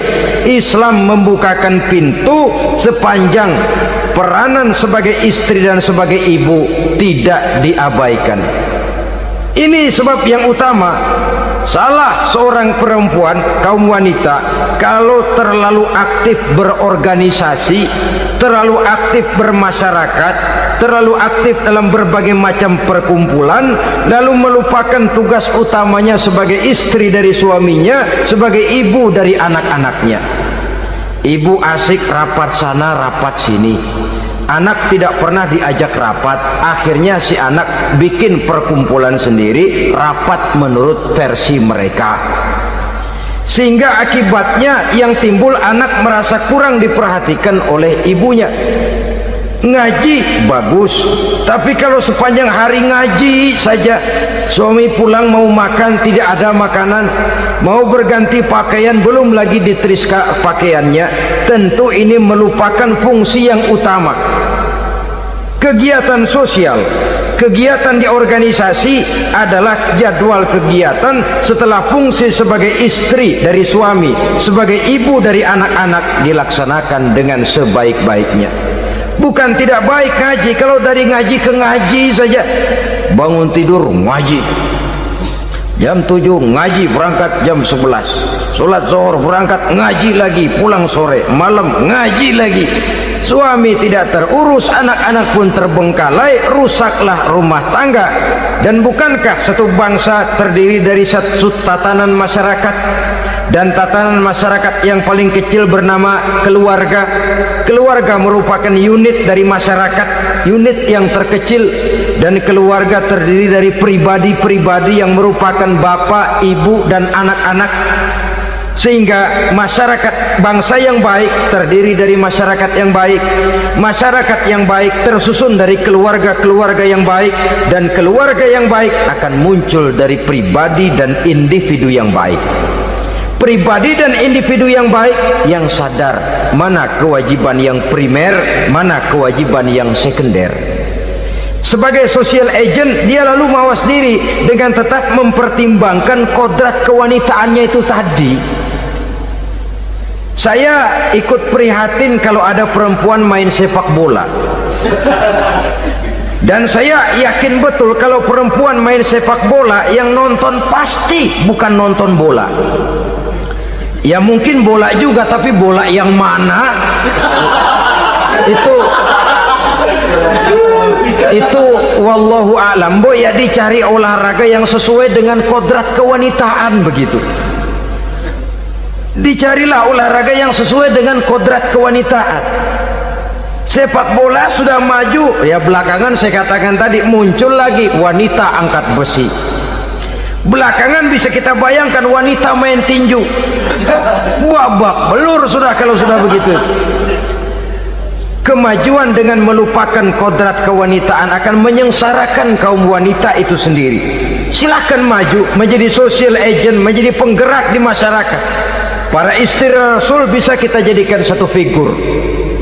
Siti Khadijah, figur sebagai istri pendamping yang setia Dikala suaminya bingung, ia tampil memberikan pandangan. Dikala suaminya bingung, ia memberikan tanggapan. Dikala suaminya dimusuhi orang, ia menampakkan kesetiaannya. Kau tidak sendiri bang, aku di sisimu. Dikala jiwanya gelisah ketika pertama kali menerima wahyu berhadapan dengan malaikat Jibril, Khadijah yang menghibur. Kalla ma yukhzikallahu abada. Tidak apa-apa bang, Allah tidak akan menyusahkan kau untuk selamanya. Tenang sajalah, tenang. Abang orang baik-baik, Allah tidak akan menyengsarakan abang. Peran sebagai istri. Dan Rasul mantap, sehingga bertahun setelah Khadijah wafat selalu terkenang dan dikenang oleh Rasul. Pernah satu saat beliau itu seperti orang melamun. Aisyah tanya, kok seperti ngelamun bang? Iya, kata Rasul, saya seperti mendengar suara terompahnya Khadijah di surga. Padahal Khadijah sudah lama wafat. Aisyah mendengar itu rada sedikit manyun. Kata Aisyah, bang, cukup sekali ini saja, jangan sebut-sebut lagi nama itu ya. Cemburu rupanya. Ya soal cemburu sih nggak bini Nabi, nggak bini kita, namanya cemburu. Perempuan mesti ada. Apa jawab Rasul? Ya Humairah, Aisyah, haruskah saya melupakan seseorang yang dikala orang lain memusuhi saya, dia mati-matian membela saya. Dikala orang lain mau membunuh saya, dikorbankan hartanya untuk membantu perjuangan saya. Mestikah saya melupakan orang yang begitu baik? Tidak Aisyah. Sepanjang nafas masih ada, sepanjang itu saya tidak akan bisa melupakan Khadijah sayang. Peran sebagai istri Khadijah ini, peran sebagai istri. Suaminya bingung, istrinya memberikan hiburan. Kadang kan tidak, suami bingung, istri bingungan lagi. Ya sudah, mari ramai-ramai kita bingung sudah. Bukan mencari jalan keluar, yang sudah bingung malah ditambahin bingung lagi. Saudara hadirin yang saya hormati, lalu figur Siti Aisyah, muda, cantik, kreatif, cerdas. Kalau bahasa sekarang barangkali wanita karier ini. Ini figur-figur. Jadi punya keistimewaan masing-masing, sehingga ada pilihan. Ya tentu orang mencari istri itu kan karena ada dasar pilihan. Mungkin rupanya kurang menarik tapi akhlaknya bagus. Mungkin akhlaknya sedang-sedang saja tapi potongannya cakep. Masih ada pilihan. Sudah potongan jelek, akhlak bejat. Emangnya lu milih merem tempo hari ya?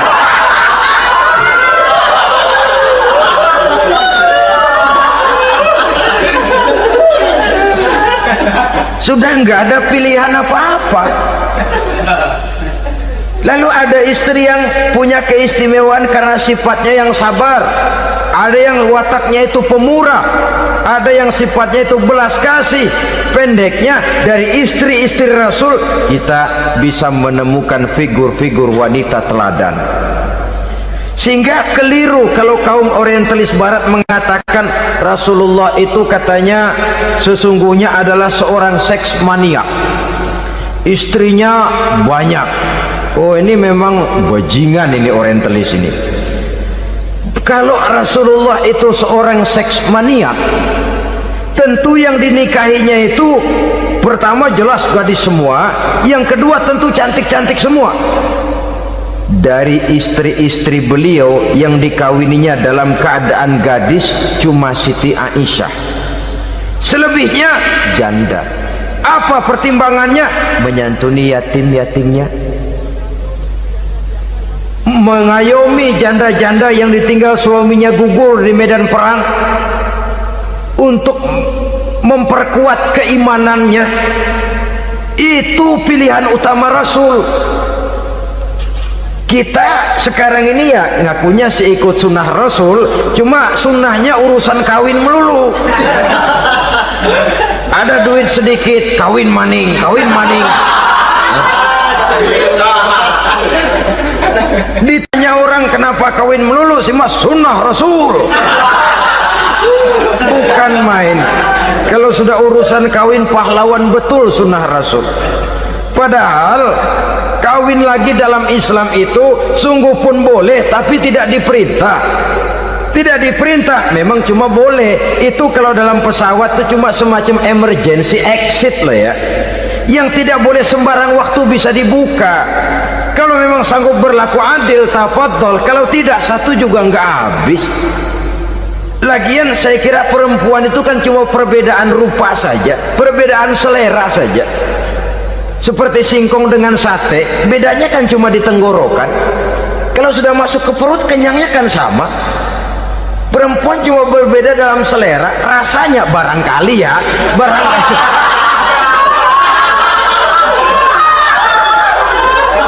Barangkali tidak jauh beda. Saudara hadirinlah, Islam ini mengatur lewat pintu yang dinamakan nikah itu tadi, sehingga dengan demikian bisa dinikmati secara tenang, tentram. Tidak usah manusia ya, kucing saja. Coba lihat kucing. Kalau ikan dia boleh nyolong, kucing itu boleh curi, makannya nggak tenang kucing. Coba lihat ini. Asal dia nyolong ikan, makannya juga mindik-mindik. Matanya nengok kiri, nengok kanan. Ada sedikit gerusak, kabur. Secara nalurinya kucing tahu kalau ini ikan curian, makannya nggak tenang dia. Tapi kalau ikan kita kasih, kucing anteng, geledek juga nyamber, manteng aja dia. Nalurinya mengatakan ini ikan dikasih sama yang punya, tenang dia. Saudara hadirin yang saya hormati, orang juga gitu. Kalau hubungan suami istrinya sudah sah, diikat dengan akad nikah, tenang, anteng, nggak gerasak gerusuk, nggak kayak diubur-ubur maling, anteng aja. Dan yang ngintip juga buat cuek aja udah. Biarin aja dia ngintip, capek sendirilah.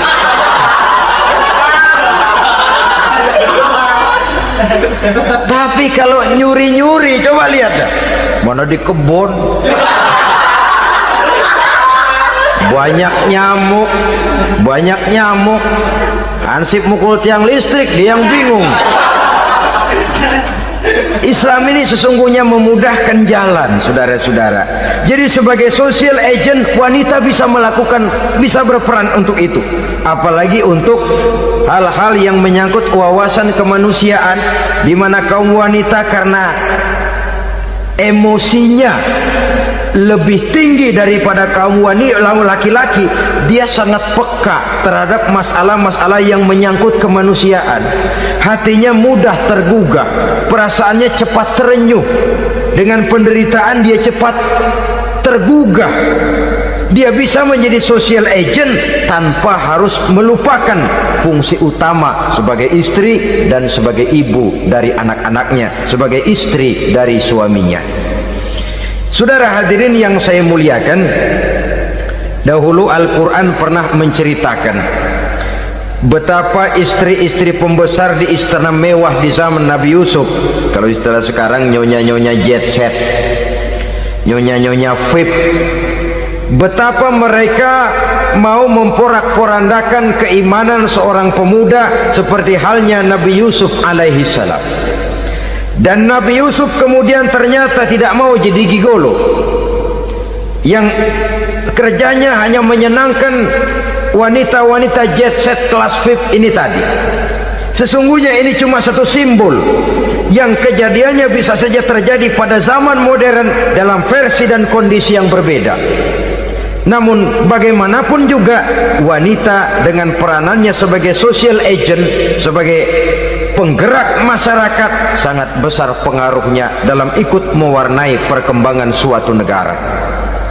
Seorang suami perlu memberikan dorongan kalau istrinya aktif di bidang sosial, asal dengan catatan saja, fungsi sebagai istri, fungsi sebagai ibu jangan sampai terlantar karenanya. Bahkan saya katakan tadi, di zaman sekarang wanita tidak lagi hanya berfungsi sebagai social agent, bahkan sebagai national agent, penggerak dari satu bangsa.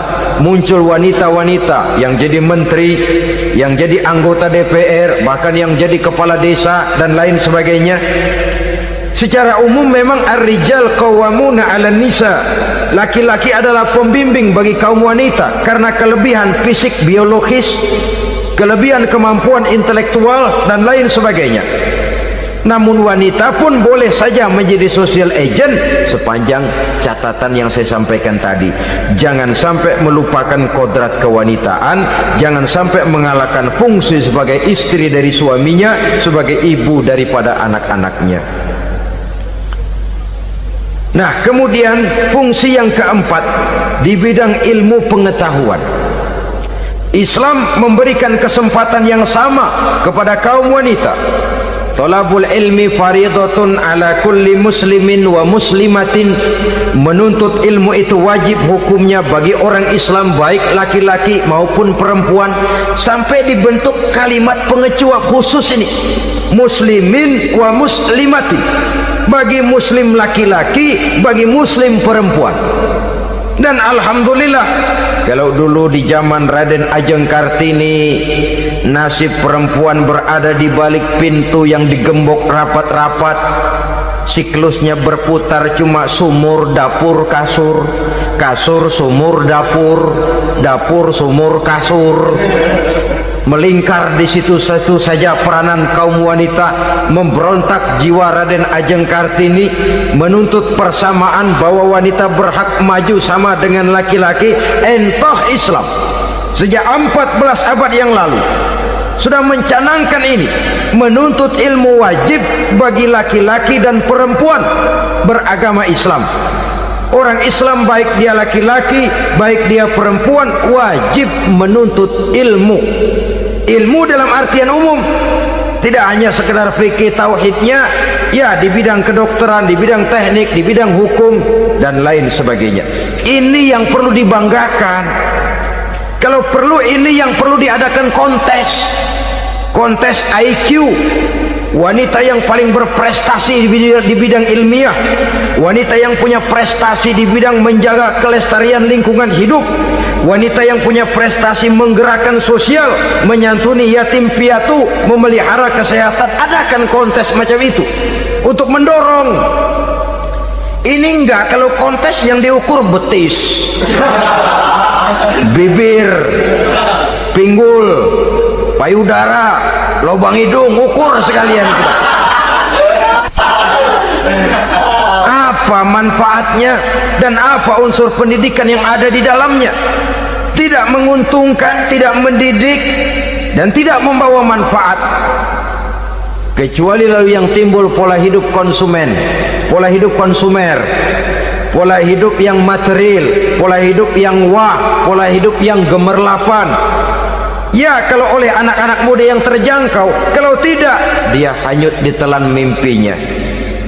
Dia ingin bergaya hidup jet set, sementara dia dihadapkan oleh kenyataan bahwa dia tinggal di kampung, ibu bapaknya orang kampung, dan lain sebagainya. Jiwanya berontak, terjadilah kegalauan, terjadilah kerancuan, terjadilah komplikasi, perang di batin antara keinginannya dengan lingkungan nyata yang dihadapinya. Dan kalau sudah ada gejala semacam itu, penyakit-penyakit kejiwaan akan mudah muncul. Ini gejala terutama buat orang-orang yang tinggal di daerah transisi. Kota besar bukan, kampung banget juga enggak, daerah cekak. Akibatnya gayanya ya sering gaya enggak karu-karuan, gaya kepalang tanggung jadinya. Saudara hadirin yang saya muliakan, akhirnya apa? Santri tapi lagunya kayak koboi, koboi tapi sesungguhnya santri. Saudara hadirin yang saya hormati, dengan demikian maka di bidang ilmu pengetahuan wanita mempunyai peranan yang sangat besar. Dia bisa tampil dengan karya-karya ilmiahnya yang membawa manfaat bagi perkembangan agama, bangsa dan negaranya. Majulah kaum wanita dengan ilmu pengetahuan, tuntutlah ilmu seluas-luasnya. Kita hidup di satu negara yang merdeka, kita beragama yang memberikan satu keyakinan bahwa menuntut ilmu merupakan kewajiban, bahwa peranan wanita tidak hanya di belakang dapur, lain sebagainya, yang seluruhnya terpantul dari dinamika kehidupan kaum wanita. Saudara-saudara kaum muslimin rahimakumullah. Kemudian yang kelima, peranan wanita dalam bidang agama. Kita bersyukur sekarang ini gejalanya dimanapun pengajian, biasanya lebih ramai pengajian ibu-ibu dari bapak-bapak. Peringatan hari-hari besar keagamaan, biasanya lebih ramai ibu-ibu daripada bapak-bapak. Pengajian ibu lebih ramai, padahal kalau bicara sibuk, lebih sibuk ibu daripada bapak misalnya. Kalau sudah pengajian bapak-bapak, biasanya pengajiannya ramai cuma 3 giliran itu. Pembukaan, maulid, penutupan. Kalau sudah yang rutin pengajian tiap minggu, 3 pojok yang ngaji. Yang atu nguap, yang atu pules, yang atu ngiler. Saudara hadirin yang saya muliakan, ada badan kontak majelis taklim yang merupakan wadah daripada kegiatan ibu-ibu.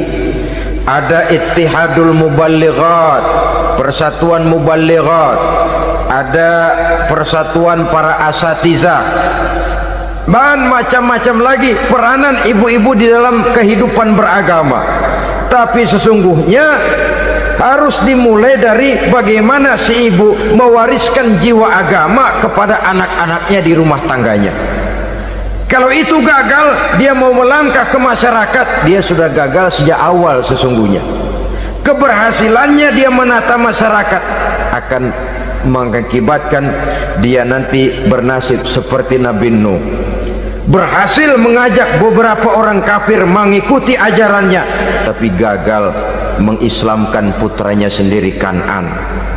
Bukan tidak berusaha, tapi memang Allah sudah menghendakinya sedemikian untuk menjadi contoh buat kita semua. Yang penting orang tua berusaha dan berikhtiar. Kalau sudah berusaha dan berikhtiar, anak ternyata memang sulit diurus, barangkali memang fotokopinya Kan'an tuh anak. Ya orang tua kalau sudah berusaha, ya tawakallah. Jangan belum berusaha lalu berkata, jangan anak kita, anak Nabi aja ada yang bengal.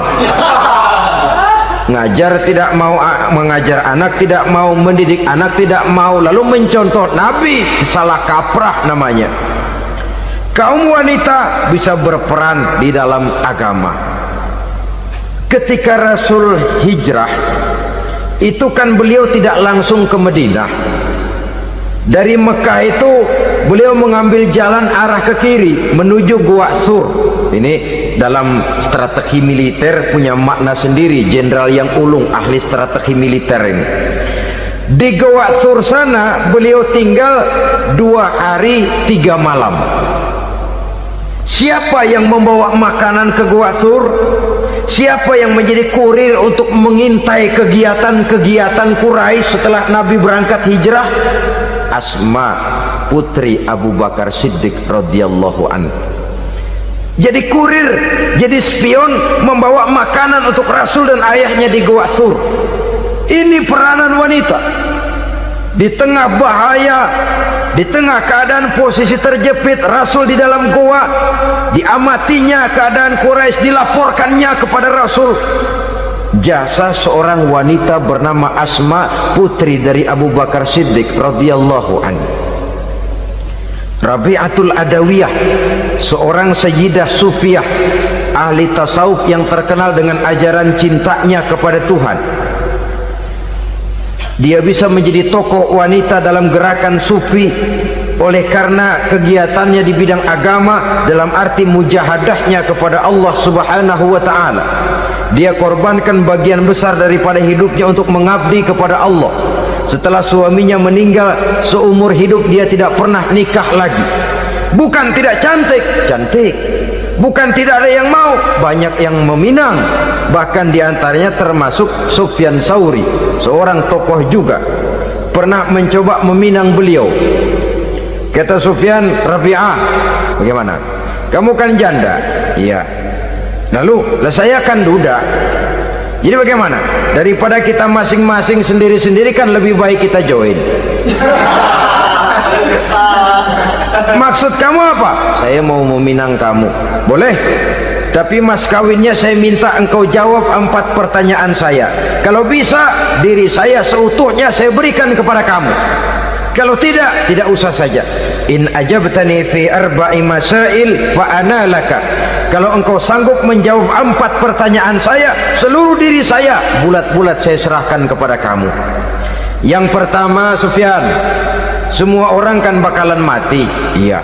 Ya soal mati sih sama, mati. Cuma hakikat mati kan lain-lain.